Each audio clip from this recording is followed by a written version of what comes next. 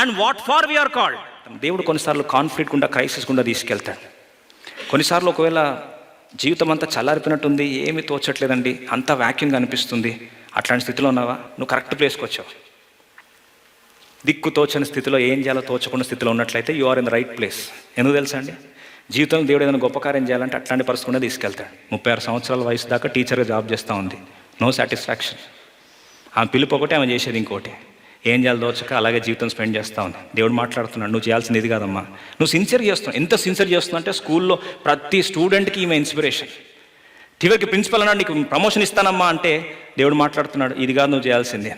ఏం చేయాలి ప్రభు అంటే, నేను నిన్ను పిలిచాను కదా, నేను ఎలా ఉన్నానో నా యొక్క సుగుణాన్ని భారతదేశానికి పరిచయం చేయాలమ్మా అంటే చేస్తాను ప్రభు అని.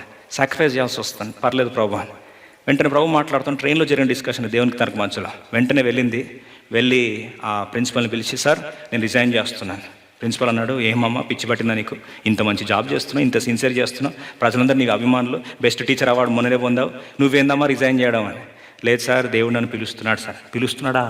దేవుడు పిలిచాడా? కలలో ఉన్నావా, భ్రమలో ఉన్నావా?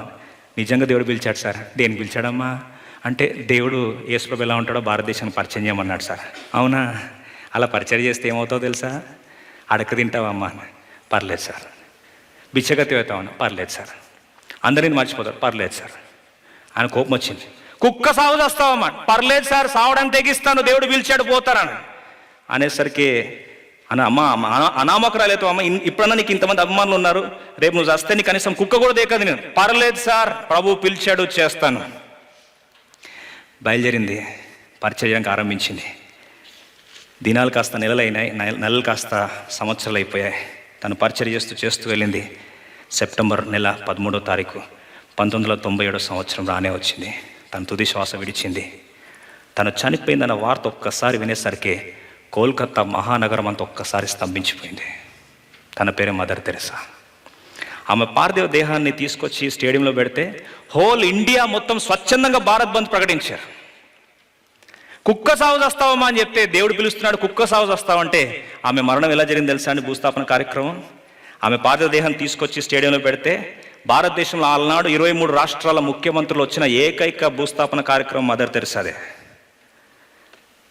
లాస్ట్కి కోల్కతా కమిషనర్ ఇచ్చిన రిపోర్ట్ ఏం తెలుసా అండి? చేతులు ఎత్తేసి సిఆర్పిఎఫ్ రిక్వెస్ట్ చేసి స్పెషల్ ఫోర్సెస్ కావాలండి, సెక్యూరిటీ ప్రొవైడ్ చేయలేము, అక్రాస్ ద గ్లోబ్ విఐపీస్ వస్తున్నారు, ఇంత విఐపీస్కి సెక్యూరిటీ ఇవ్వాలంటే మా వల్ల కాదు సార్ అనేసరికి సెంటర్ నుంచి ఆర్మీ దిగింది. మొట్టమొదటిసారిగా ఒక సామాన్యమైన ఒక స్త్రీ యొక్క భూస్థాపన కార్యక్రమానికి భారతదేశం అంతా ఒక్కసారి నేచి నిలబడింది.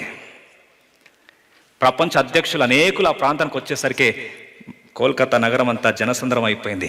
విఐపీల రాకపోకలకు మొత్తం అంతా హడలెత్తిపోయింది రాష్ట్రం అంతా. చివరికి వాళ్ళు అన్నారు, నువ్వు కుక్క సాగు వస్తావమ్మా అంటే ఆమె అంతిమ యాత్ర బయలుదేరుతున్నప్పుడు విఐపి కన్వాయ్లో బయలుదేరి అద్భుతమైన సత్యం తెలుసా అండి? ప్రభుత్వ లాంఛనాలతో గౌరవ వందనాల మధ్యలో ఆమె భూస్థాపన కార్యక్రమం జరిగింది. భారతదేశం నేను మర్చిపోతుందని చెప్తే భారతరత్న అవార్డు ఇచ్చి, అత్యుత్తమైన అవార్డు ఇచ్చి భారతదేశం ఈరోజు సన్మానించింది మదర్ తెరెసాని. అమ్మా నేను అనామకురాలు మిగిలిపోతావంటే ఈరోజు వీధి వీధి వాడ చివరికి ఎన్ని స్కూల్సో సెంట్ తెరెసా పేరు పెట్టుకున్న స్కూల్స్, ఎన్ని కాలేజీలో సెంట్ తెరెసా కాలేజీలు, ప్రతి వాడలో మదర్ తెరెసా యొక్క విగ్రహం. అనామకురాలు మిగిలిపోతామంటే అనేకులు గుండెల్లో పెట్టుకుని ఏం చేస్తారండి? అభిమానిస్తున్నారు.